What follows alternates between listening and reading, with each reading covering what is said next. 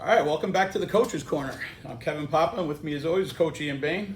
Coach, it's always good to get a win under your belt right off the bat. I know from the fans' perspective, it was a little harder. Milford was a little harder than we thought. Yeah, I think they were as good as we imagined. We just couldn't quite seal it. Every time we pulled away, they answered. So that's more, I think, a credit to them. Not really over or underestimating anybody, but just they were very well prepared. They obviously had a very good camp. They looked very sharp in the opener. And I think at any point in the game, the scales could have tipped really one way or the other into our favor or to theirs. When we kind of got it going our way, they balanced it back out. And when they got a little momentum, we balanced it back out. So just a well-fought game by both teams. Yeah, Byers had a little scary that he was completing. He only completed 11 passes, but for 28 yards in average. Yep. And I think the linebacker 43, CJ Sorella, he was the real deal. He was bringing the wood every play. Yeah, he was very quick off the ball. He's a very hard worker. And Colby's very talented. You know, he was hitting some tight windows, and we gave him, some broken coverage as well. So a mix of both. But he was a very, very talented thrower on Thursday night. Gaspar over 300 yards, 3 touchdowns for us. Davis had over 100 yards receiving. Yep. So the air attack was back at it. Yeah. Monster play of the game, Austin Jordan sack going into the half. Yeah, that was big. They're on the 5, I think. Yeah, and especially too with them not having timeouts in that situation. They had used one earlier in the half, tried to draw us off sides, ended up calling a timeout, punting. So losing that timeout, they didn't have the extra one. So again, if it's an incomplete pass, who knows, they get another play. But the sack there, keep the clock running. That was a big moment. Yeah, that was really good. How's the health coming out of Milford?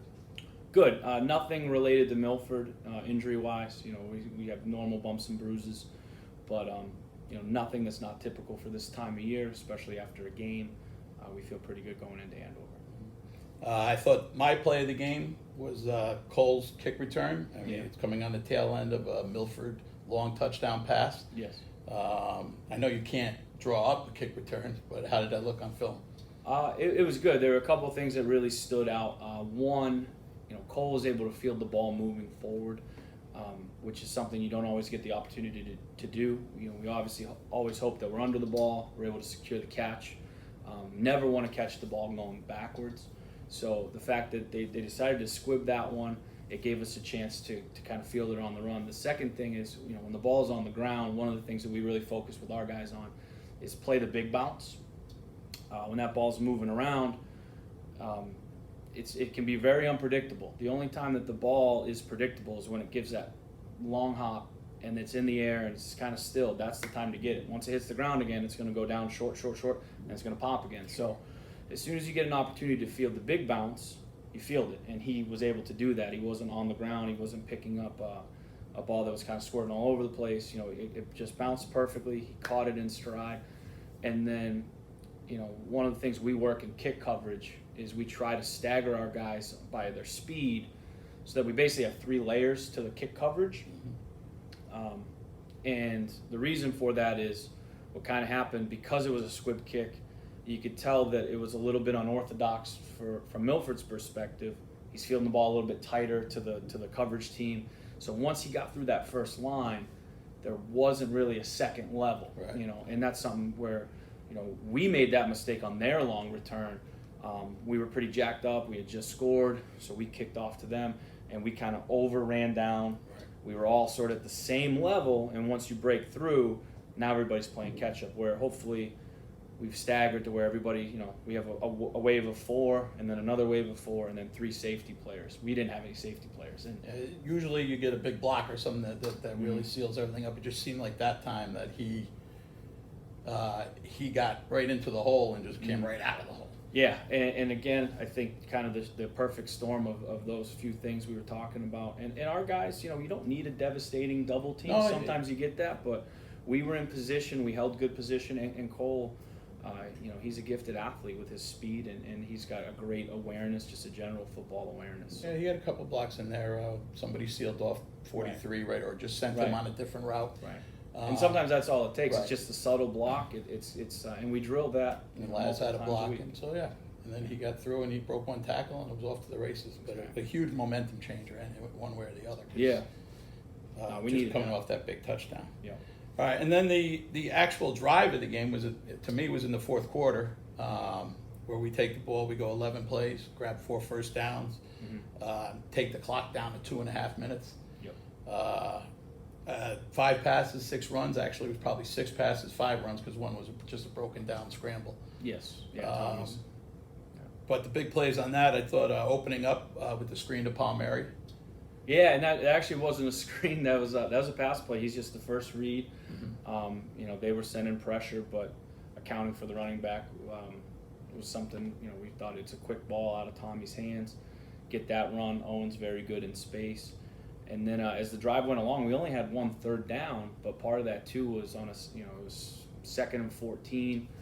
We ran a concept. It's a combination of a screen and go with a deep over from the backside, and first guy wasn't open, got a little pressure. Tommy scrambled out, found Jake Davis down the side. So we only actually had 1 third down. It almost looked like Jake just got lost in the coverage, and the coverage was breaking down. Because I think they thought a sack was coming. It looked like Sorrell actually picked up Palmieri and almost threw him in the time. Yeah, it collapsed pretty quick, but he was able to extend that play. He extended a third down later, and then obviously the only other third down on the drive was the touchdown run. The other big part of that drive was Gula was able to go into the game for Owen. Owen needed a quick one. Sure. Max stepped up as he's done all camp, and was able to punch it in for what turned out to be the game-winning touchdown. Yeah, big play too. Ben Greco's 18-yard slash through. Yeah, that actually was a rub route designed. That didn't look like a rub route just because of the way they were playing their coverage, but it was able to Lazar cleared out underneath for Greco to work back, and pretty easy pitch and catch, and Greco's so good with the ball after the catch that he was able to extend that for a really big gain. And Gula, it's his sophomore year, first varsity touchdown. First varsity touchdown. Good to see him get some touches in there. Yeah. All right, so that pretty much wraps up the Milford end of it. We're on to Andover this week. Coach, what'd you see in the film on Andover? I know they haven't played yet, so again, No, another they played a team from New Jersey last week, Okay. but I don't. It's a game that might not count toward their final ranking. Okay. So in the papers it might say oh no, but they played a team from New Jersey. They return their quarterback who's young, but he's got a lot of experience. They have great skill players. They kind of similar to us, where a lot of skill players with good experience, good speed. A little unproven up front, but really solid, strong kids. So in a lot of ways, it's going to be like looking in a mirror when it comes to the matchups. We were able to get a couple breaks go our way last year, but I imagine it'll be a pretty high stakes game. They're very well coached. They have a couple coaches that I was fortunate to coach at Framingham State, so they do a really good job up there getting their teams ready. So I think they're very good. I know record-wise they were a little bit down overall last year, but they've got some guys that can really take it to you if you blink, so we've got to be ready at all times. Okay, and that game is Saturday at 2:30. Yes. That's going to bring us to this week's Coach's Question of the Week, and that comes from Tony Leonard. Tony asks, Coach, it appears that the special teams are much improved this season, and now is team strength. Has this been a point of interest in the preseason? No more than it always has been. It does appear that it's a strength, especially when you score. But last year in the opener, we had a kick return for a touchdown too. It got called back it was a penalty, but one that didn't affect the play. I think our special teams have gradually improved each year we've been here. I don't think it's because of a methodical change or a philosophical change. Our talent overall is a lot better. We practice special teams at the same rate that we always have, but I think too, we have such a team with a lot of talent and a lot of hungry guys that want to play, and for a lot of guys, they maybe realize now this is their moment to kind of to make a big play, whereas our first 2 years we were relying on guys that were starters, and maybe that was a time for them to catch their breath a little bit, or maybe they didn't quite see the light in terms of how valuable it was. But there were a lot of games last year where our kicking game was very strong. The first 2 years we had guys, they were terrific kids. And I mean, Matt Zuko helped win us some football games, but he wasn't a kicker by trade.